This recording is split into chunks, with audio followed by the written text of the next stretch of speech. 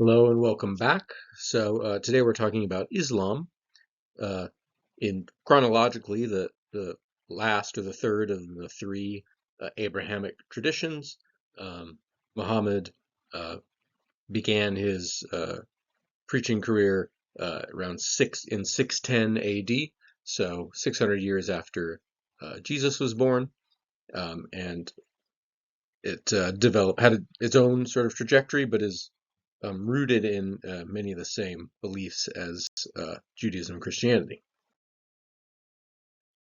So Muhammad was a merchant, as many of the members of his tribe were the Quraysh of Mecca. On the previous slide, you saw um, the huge cubic shrine in Mecca. Um, so this became an important center for Islam. Uh, at the time, before Muhammad started his ministry, uh, the people of this tribe and many of the Arabic tribes of the neighborhood practiced polytheistic religion, but they did have a sort of a high god known as Allah. And in fact, many of them already sort of identified Allah with the God of the Jews and the Christians. They are aware of Judaism and Christianity. Um, and many of the practices that we know now as part of Islam were pre-existing polytheistic practices. So right, the fasting during the month of Ramadan was already a practice, giving alms to the poor, and so on.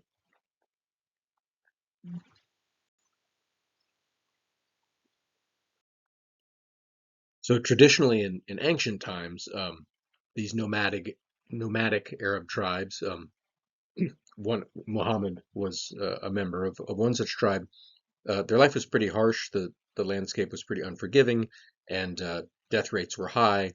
And they had to practice sort of a communal way of living uh, in order to, right, they had to sort of put the group above the individual, and when they had extra to share, so that when they needed some, right, others shared with them, and this was the way to stay alive and stay together as a group.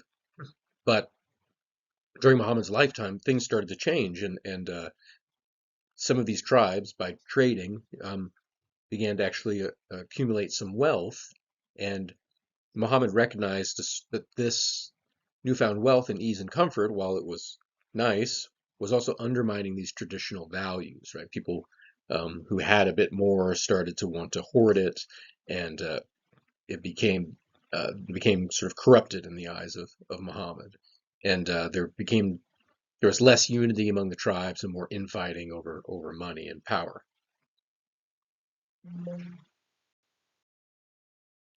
So in the old times, before this new prosperity, again, surviving in the desert requires is always on a razor's edge, and so they had developed a sort of moral code that had placed the group over the individual. This was known as murwa. It translates as manliness. It was not a religion per se, but sort of a guiding principle or a cultural principle um, that helped these tribes to survive. Uh, it involves, numerous things: courage in battle, obedience to the tribal leaders, willingness to take orders and go fight, on a moment's notice. Um, it was also sort of chivalric or heroic code by which you had to avenge any wrong by another tribe against your own. So, if a member of your tribe was killed, you must kill a member of the other tribe. Now, it wasn't about the individuals, right? It didn't matter. It wasn't that you needed to figure out who killed uh, your brother and go find and kill that specific person. Kill anyone from the other tribe, right? There wasn't exactly a police force. There wasn't really the resources to go do detective work. So this is how they um, kept themselves intact and made prevented, right, others from just running rampant over your own tribe. Of course, this created a sort of cycle of violence, a sort of vendetta, um, and this was the way of life at the time, but it was sufficient for their survival. Under the Code of Merwa, wealth was equally shared among the tribal members, um, and this again was how they got by, but the newfound wealth was starting to change this. People were becoming self-centered, or at least as Muhammad saw it. And in Islam, this time has come to be known as the time of ignorance. Um, and Muhammad saw a desperate need, right? The Arabs were still threatened by powerful empires, right? There's the Byzantine Empire, the Eastern Roman Empire on one side, a Sassanid Persian Empire on the other side. Um, so they weren't exactly safe. They had a little more money than they used to, um, but they were still in danger, and they still needed to preserve their unity if they were to survive. And Muhammad saw this being undermined.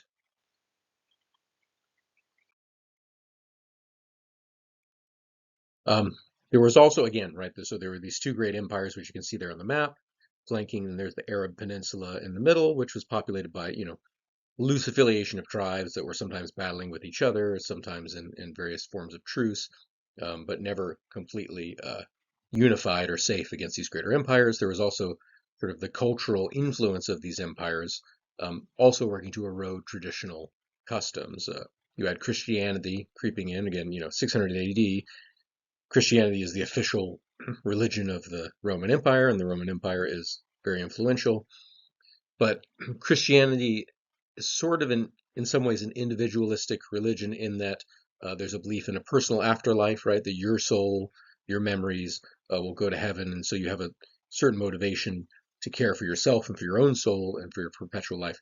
The Arabs at this time didn't really have a concept of the afterlife at all, um, and so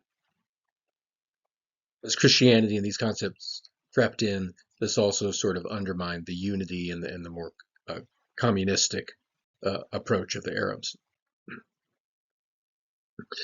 So eventually, Muhammad did manage to unite these tribes into a single, what he called ummah or community, under the religion of Islam. Now he did not start with the aim of starting a great religion at all, um, but he did over the course of 20 years. So in 610 AD is when he began uh, to recite the Quran, and 23 years later, Islam is one of the great religions of the world. It's unified the Arabs, and they have powerful what they call caliphates are beginning to develop.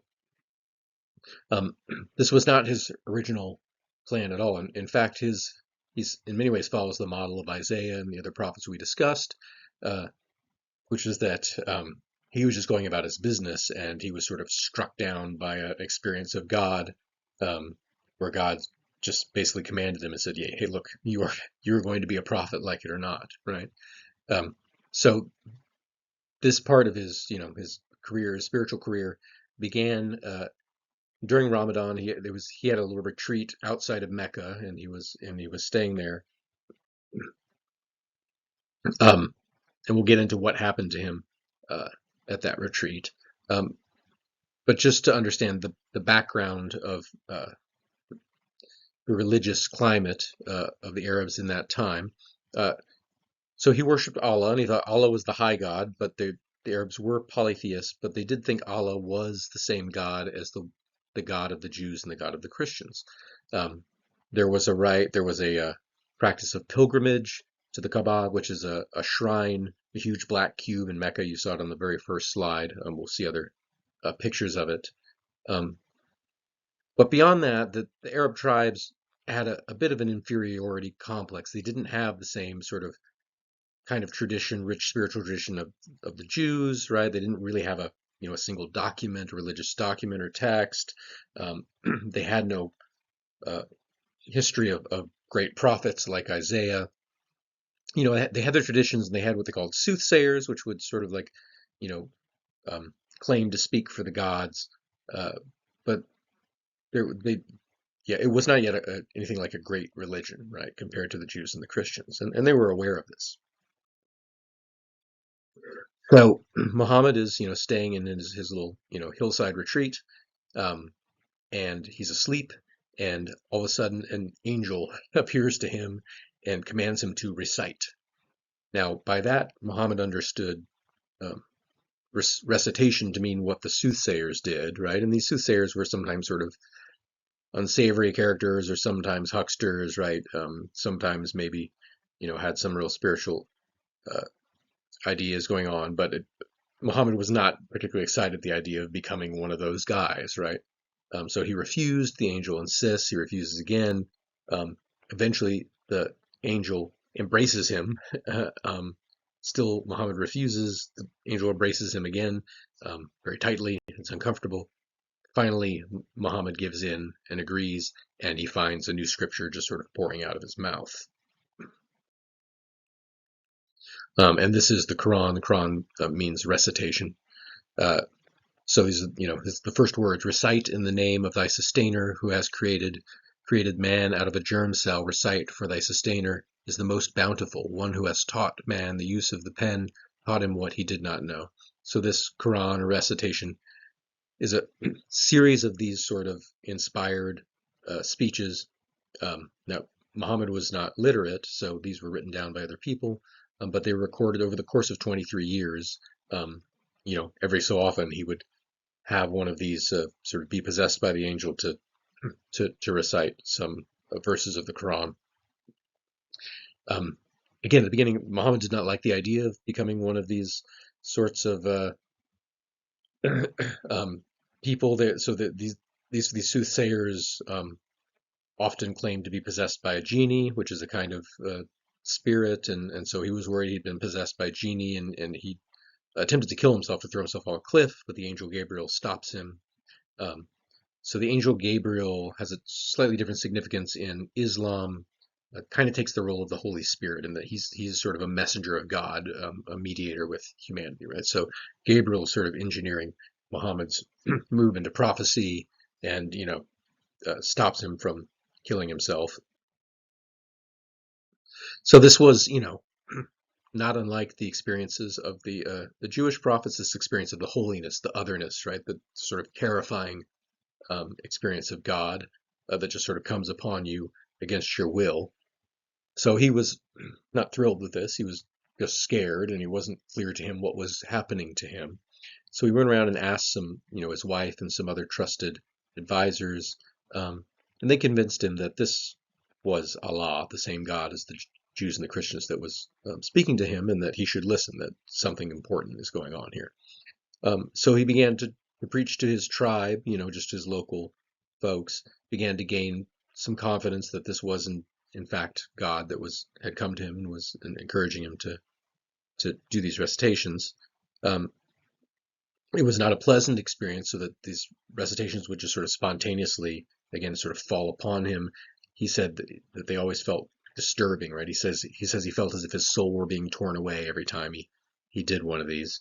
Um, and it wasn't even always clear like what the words were supposed to be. He says sort of like it sounded like the ringing of a bell, and it had to be somehow interpreted, and concepts and words had to be produced, and so it was a difficult and painful experience for him.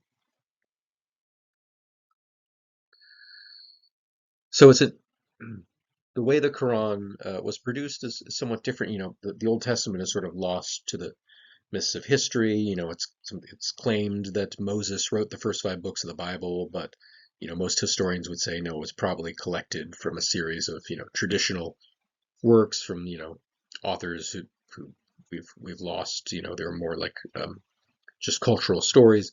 The Quran was a historical person who um, produced this document over time, and we can see sort of the development of his thought, and some of the changes in the way he understood God throughout the Quran. God will sort of speak on contemporary events, through Muhammad in the Quran. So there's disputes among people in the early Muslim community, and God will sort of like you know mediate and say what should be done.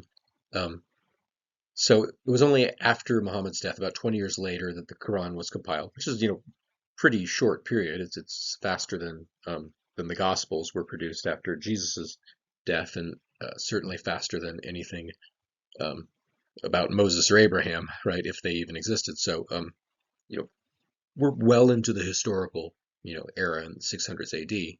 So we get a pretty good and fairly accurate picture of Muhammad and the way he thought. So uh, the Quran, the recitations were not compiled sort of in historical, uh, chronological order or in any sort of, philosophical order that would make sense. They're just from longest to shortest. Um, but the point was not to be a history or a philosophy. Instead, it's a sort of a meditation on God. And so that arrangement suits that purpose just fine. So again, Muhammad didn't think that he was founding a great religion, right? He thought he was letting his fellow tribes people know about the one God. Um, and he wasn't even trying to convince them that Allah existed. They all believed in Allah for the most part. Um, he wasn't really motivated politically. Eventually Islam would be a political contender on the world stage.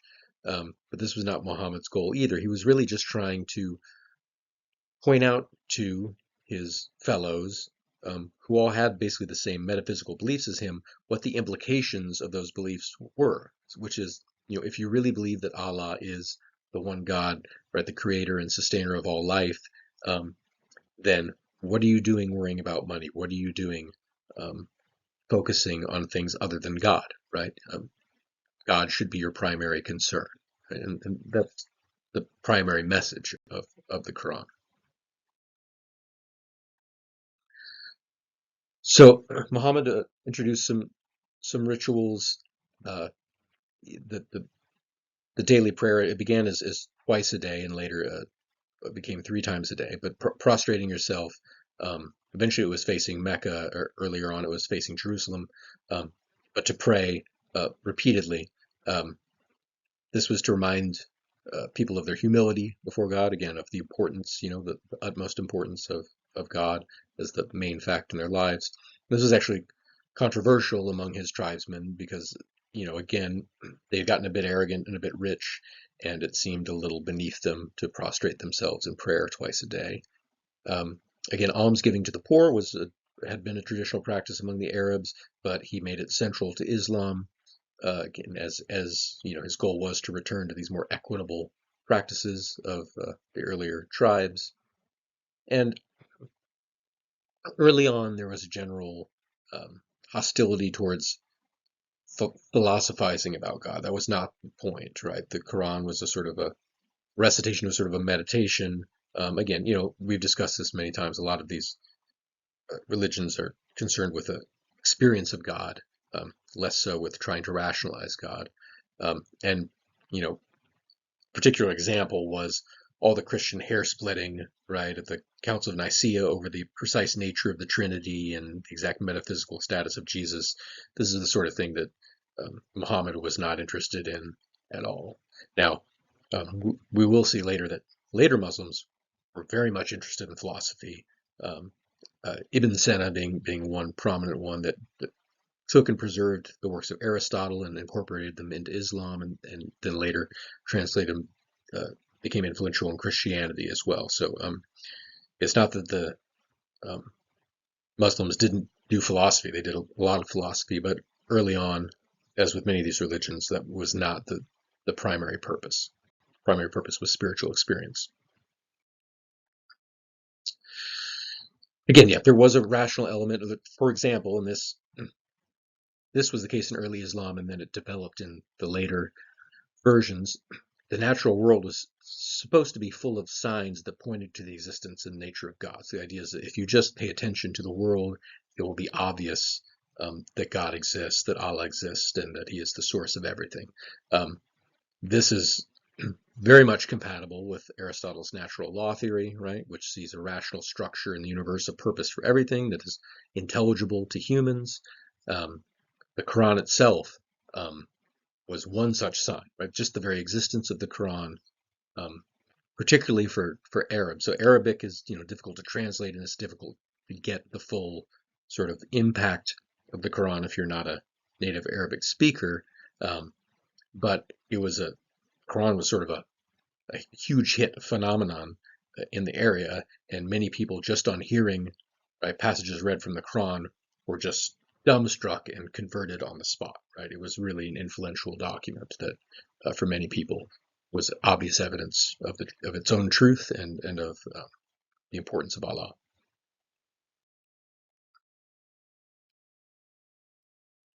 Monotheism came quickly in Islam.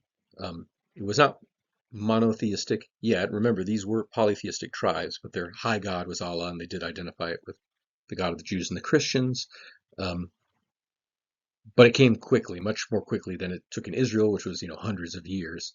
Uh, Early on, uh, Muhammad collected converts among the disenfranchised classes. Remember, he was teaching equality, giving alms to the poor, so this was attractive to the poor, to the lower economic classes. Young people were attracted to it, and women as well. Um, but there was a real sticking point when Muhammad eventually became explicit about the monotheism and said, look, there is only Allah, right? The other gods are non-existent. You shouldn't worship them. His own tribe reacted violently, and all of a sudden, Islam was being forbidden and persecuted in Mecca, in Muhammad's hometown. There is if you ever heard of this book, it's from the 80s now, the Satanic Verses by Salman Rushdie. This was it was big news because some Islamic leaders at the time ordered a fatwa on Salman Rushdie, ordered him, to be killed. He was not killed. He avoided being killed, but it was a big deal because it was thought to be blasphemous. But Salman Rushdie didn't make it up entirely. It's sort of an apocryphal story. It's not in the Quran, but it's been said that in this time in Mecca, where he was trying to push for monotheism, but he was getting pushback, he sort of caved in and produced some recitations that incorporated pagan gods into Islam as sort of angels or other sort of divine beings in an attempt to sort of appease the local leaders. So we don't know if this is true, but it seemed like maybe a moment of weakness for Muhammad, and this is why when Salman Rushdie wrote his book, it was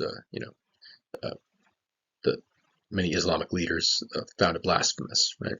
But ultimately, whether or not he waffled for a moment, Muhammad eventually, and maybe at the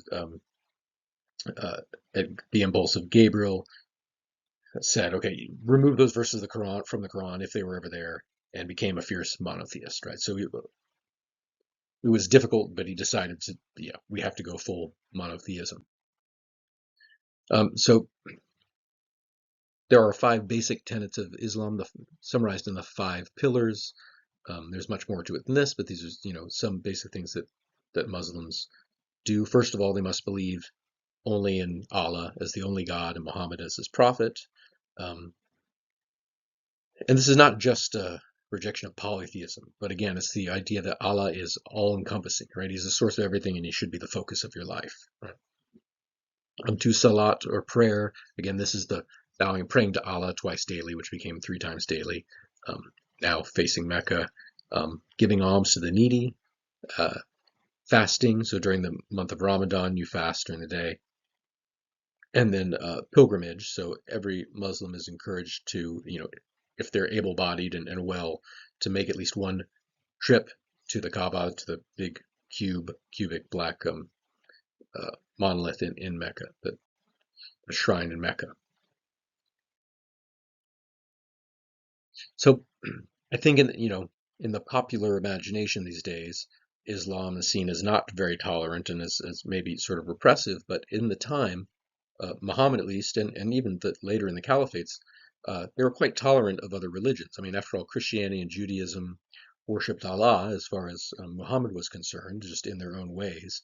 And Islam really never forced people to convert. They said, what's the point? You can't force somebody, right, to believe in God. Either they do or they don't. So even when the Islamic caliphates became very wealthy and powerful and large, by and large, they didn't force conversion. There were certain carrots, if you became a Muslim, there were certain benefits to it within the caliphates, but they were generally very tolerant of other religions. Now, the Muslims themselves were persecuted in Mecca once they made this hard turn towards monotheism, and eventually they fled Mecca. A tribe in the north, in what's now what they call Medina now, at the time Yathrib, they invited the Muslims to join them. They were a pagan tribe, but they also had a large Jewish population, and they were able to coexist with the Jews, and they were having some internal political troubles of their own, and they thought maybe Islam could help them solve those problems. And so Muhammad and his followers left Mecca and traveled to Medina. Now, Muhammad himself had immense respect for Judaism, right? It was a very ancient religion. Again, some of the earliest, right, that in a sense invented, the God that is Allah, right? So even adopted some of their customs, some of their dietary practices, right? So that Muslims to this day don't eat pork, and they began praying 3 times a day rather than 2.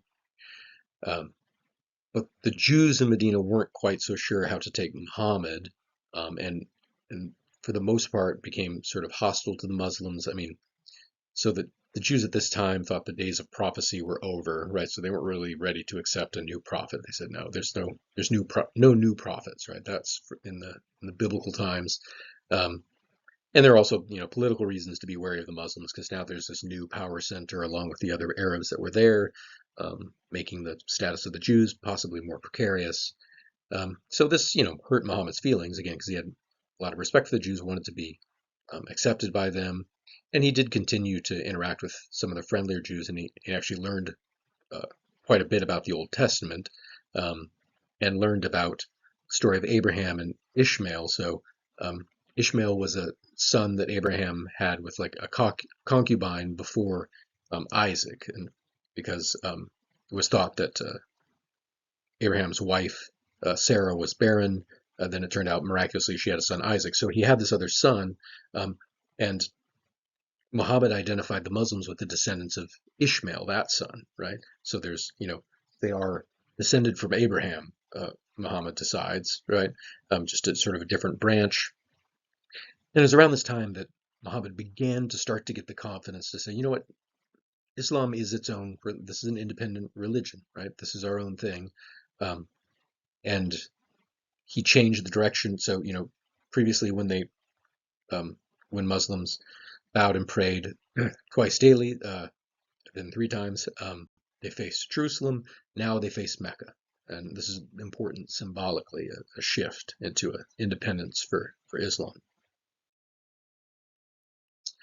So I'm not going to get so much into the details of the caliphates. We could talk about it. I have a sort of a slideshow on it if we're interested, but I'm not sure how much time we'll have.